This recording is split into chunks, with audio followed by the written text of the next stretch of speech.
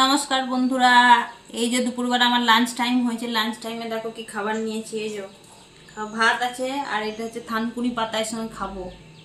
মাছ চচ্চড়ি আছে, ডারকে মাছ, আর এটা হচ্ছে ঘি কাল্লা দিয়ে, মানে কাঁকরুল কাঁকরুল দিয়ে সর্ষে বাটা দিয়ে সালাড, শাক, আর একটা হচ্ছে মিক্স মিক্স সবজি।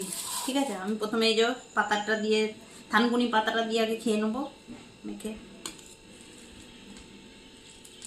খুব উপকার, থানকুনি পাতা খেতে পারলে খাও তোমরা, বিসমিল্লাহ।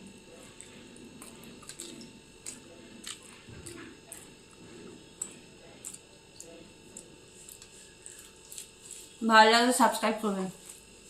হুম, ভালো আছে। লঙ্কা মাখবো, এই তো মাখবো বাটিটাতে,